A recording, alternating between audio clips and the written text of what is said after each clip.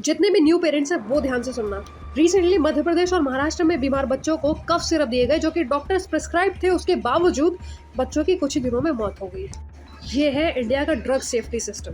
Health ministry ने खुद confirm किया है कि इस सिरप में प्रोपिलीन ग्लाइकोल के बदले 48% तक डिथिलीन ग्लाइकोल यूज किया गया, जो ह्यूमन बॉडी के लिए जहर की तरह काम करता है। ये सब सिर्फ इसलिए ताकि कुछ मैन्युफैक्चरर्स पैसा बचा सके और पैसा बना सके।